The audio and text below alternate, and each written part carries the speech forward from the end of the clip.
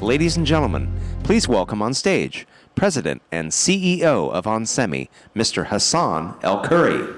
This is not a mistake. The slide is from the last Analyst Day we had, where I was on stage here telling a lot of you who are here with us today what we're going to do. What is the formula? How are we going to transform the company into the leadership in technology that is going to drive the future for mobility, the future for the industrial market, and the future in all of our strategic markets, using intelligent power and intelligent sensing as our core competencies and core technologies. Very simple formula. Play to win, implement structural changes so we can sustain what we don't know yet. And if you've read a lot of the news, we are in unknown, uncharted territories. Some can argue we've been in those uncharted territories for the last 2 years. The way we look at it is from a very different lens, a lens from a sustainable ecosystem, because we are projecting a future where value is created by providing value forwardly in order to create that better future with technology. Technology is going to be the primary value driver, and again, it is the value driver that our customers want in order to deliver it to their customer, who are all of us in this room. And that is the sustainable ecosystem, and it all has to work together. One cannot work without the other.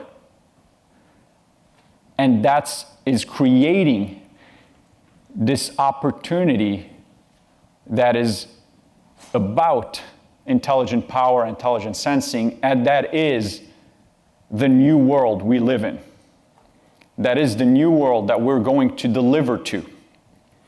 Because this new world is not about a 4%. This new world is about tremendous growth and tremendous opportunity for companies like onsemi, with a portfolio of intelligent power, intelligent sensing, to deliver on that growth.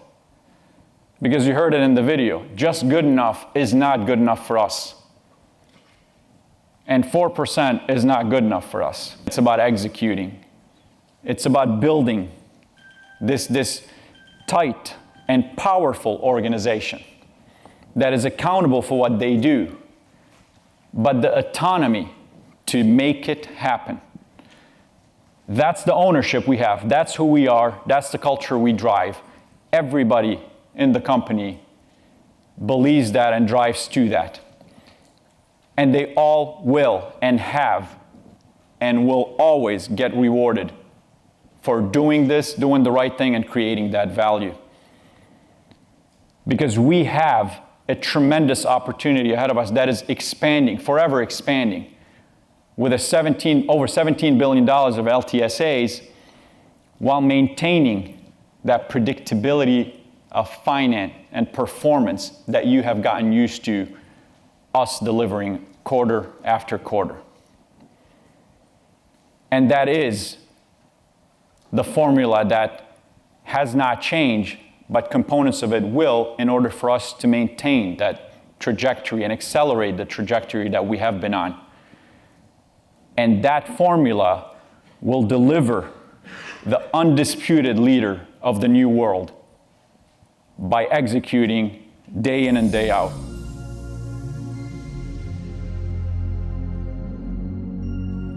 So with onsemi, we have LTSAs with literally hundreds of devices on a single LTSA for a single customer.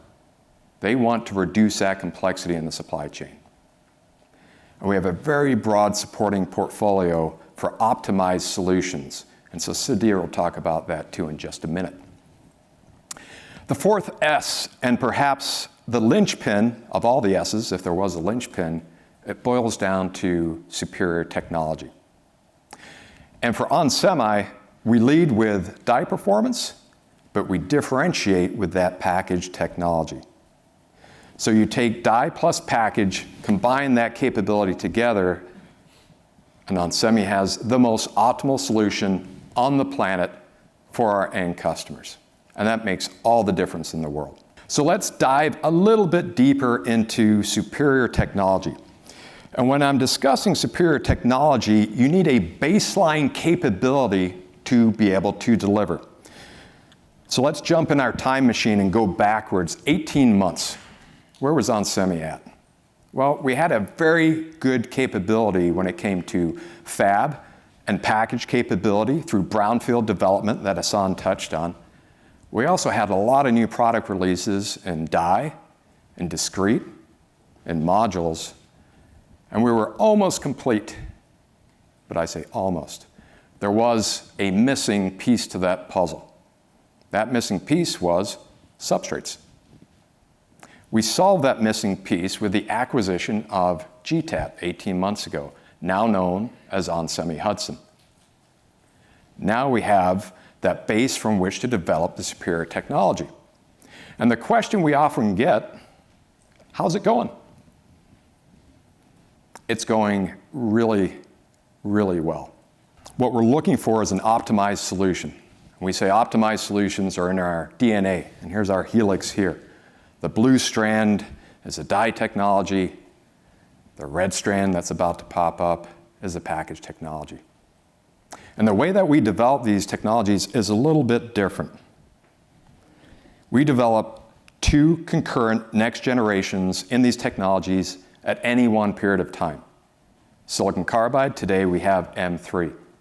We already have M4 and M5 in development concurrently. IGBT, people ask, is IGBT going away? I will tell you no.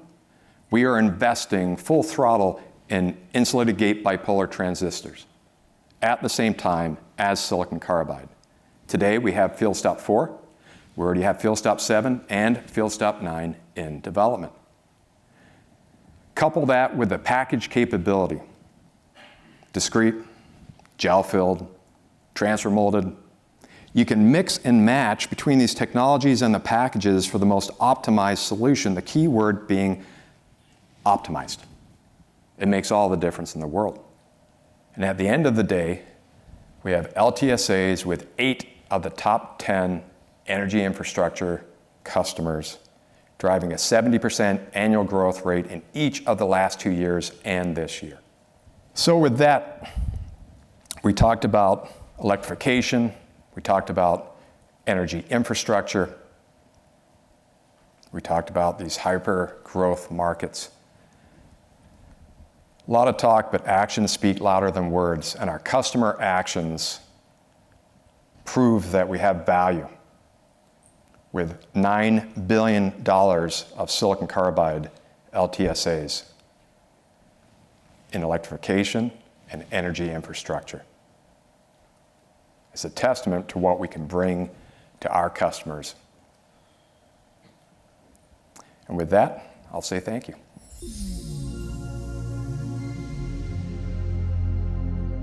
I'd like to talk to you a little bit more about the sustainable ecosystem. So Hassan described the sustainable ecosystem as the new world. You can also think of that sustainable ecosystem as being the onsemi flywheel.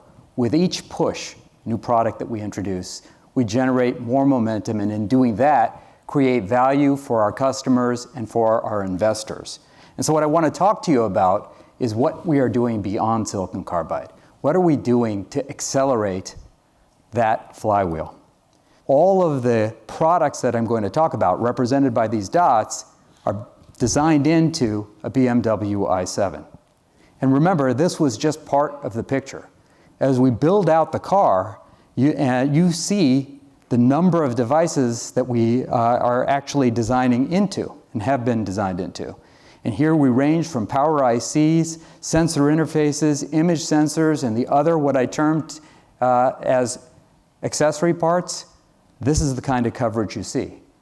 There are almost 500 devices designed into this BMW i7. Almost 500.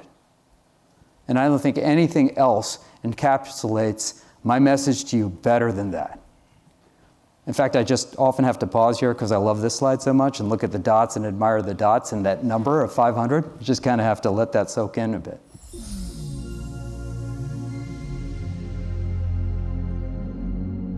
So if you look at the performance since we started this journey, we've outperformed the SOX by 147%. Hassan talked about the winning formula, but he didn't tell you what it meant for us financially. He went through the components of what we've done and what we're going to do as we continue to march down that path. So taking the premium businesses, bringing it back into the market,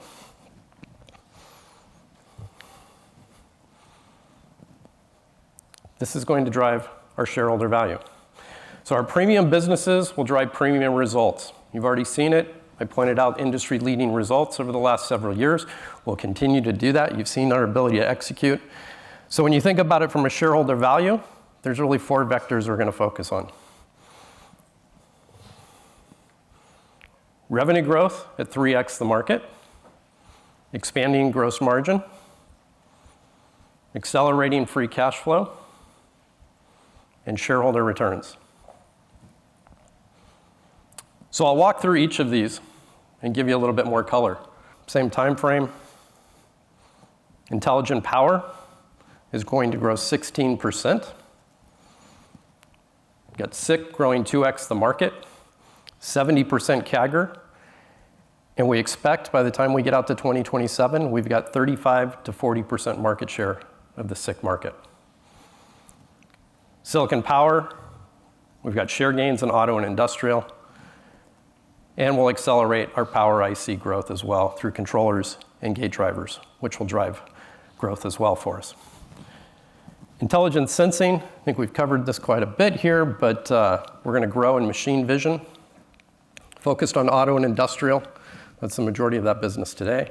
Advanced safety for ADAS and in-cabin vision, factory automation, and we'll be opportunistic in human vision. So we're only going to play where we can win and differentiate. We're not going to get into the dogfights down in the low end.